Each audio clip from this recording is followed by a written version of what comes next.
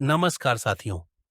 आज हम एक ऐसी अद्भुत घटना के बारे में जानने जा रहे हैं जो महाभारत के युद्ध के बाद घटित हुई। यह कहानी उस समय की है जब पांडव और कौरव दोनों पक्षों के शूरवीर योद्धा युद्ध में मृत्यु को प्राप्त हो चुके थे। लेकिन क्या आप जानते हैं कि एक रात में सभी मरे हुए योद्धा पुनः जीवित हो गए थे? और किसने उन्हें जिंदा किया? आइए इस रहस्यमय घटना के बारे में जानते हैं। महाभारत युद्ध के बाद एक रात में सभी योद्धाओं को जिंदा किसने किया और क्यों?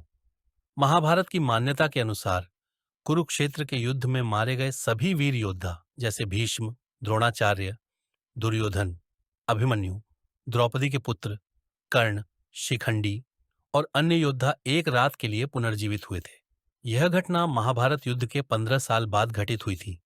उस समय धृतराष्ट्र, कुंती, विदुर, गांधारी और संजय वन में निवास कर रहे थे। एक दिन युधिष्ठिर पांडवों के साथ वन में आए। उसी दौरान यह अद्भुत घटना घटी।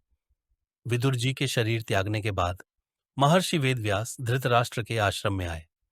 उन्हें यह जानकारी मिली कि विदुर जी, जो कि धर्मराज युधिष्ठिर के अवतार थे, ने शरीर त्याग दिया है। महर्षि वेदव्यास ने बताया कि विदुर जी के प्राण युधिष्ठिर के शरीर में समा गए हैं।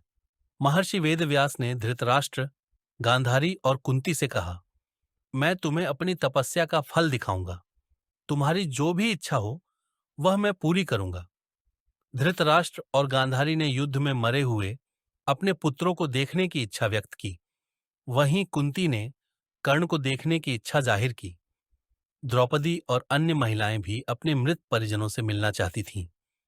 महर्षि वेदव्यास ने सभी की इच्छाओं का सम्मान करते हुए कहा, तुम्हारी इच्छा के अनुसार युद्ध में मारे गए सभी वीर योद्धा तुम्हें आज रात दिखाई देंगे। इसके बाद महर्षि वेदव्यास ने सबको गंगा के तट पर चलने के लिए कहा। सभी लोग गंगा के किनारे एकत्रित हो गए और रात का इंतजार करने लगे। रात का समय आया और महर्षि वेदव्यास गंगा नदी में प्रवेश किए। उन्होंने गंगा में स्नान करते हुए पांडव और कौरव दोनों पक्षों के सभी मृत योद्धाओं का आवाहन किया। कुछ ही समय में भीष्म, द्रोणाचार्य, कर्ण, दुर्योधन, दुःशासन, अभिमन्यु, धृतराष्ट्र के सभी पुत्र, घटोत्कच, द्रौपदी के 5 पुत्र, राजा द्रुपद, धृष्टद्युम्न, शकुनि, शिखंडी और अन्य वीर योद्धा जल से बाहर निकल आए। इन योद्धाओं के मन में किसी प्रकार का अहंकार या क्रोध नहीं था। वे शांतिपूर्वक अपने परिवार वालों से मिलने के लिए तैयार थे। महर्षि वेदव्यास ने धृतराष्ट्र और गांधारी को दिव्य दृष्टि दी, जिससे वे अपने मृत परिजनों को देख सके। यह अद्भुत दृश्य देखकर सभी का हर्ष से दिल भर आया। उन योद्धाओं से मिलकर उनका दुख और संताप दूर हो गया।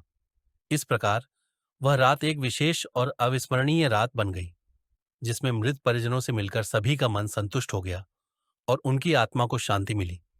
अंततः यह अद्भुत और रहस्यमय घटना समाप्त हो गई और महर्षि वेदव्यास ने सभी को आशीर्वाद दिया। इस प्रकार महाभारत की इस अनोखी घटना ने हमें यह सिखाया कि जीवन और मृत्यु के बीच का अंतर केवल एक भ्रम है। जो हम देखते हैं वह सब अस्थिर है और मृत्यु के बाद भी प्रेम और संबंधों की ताकत अप्रतिम होती है।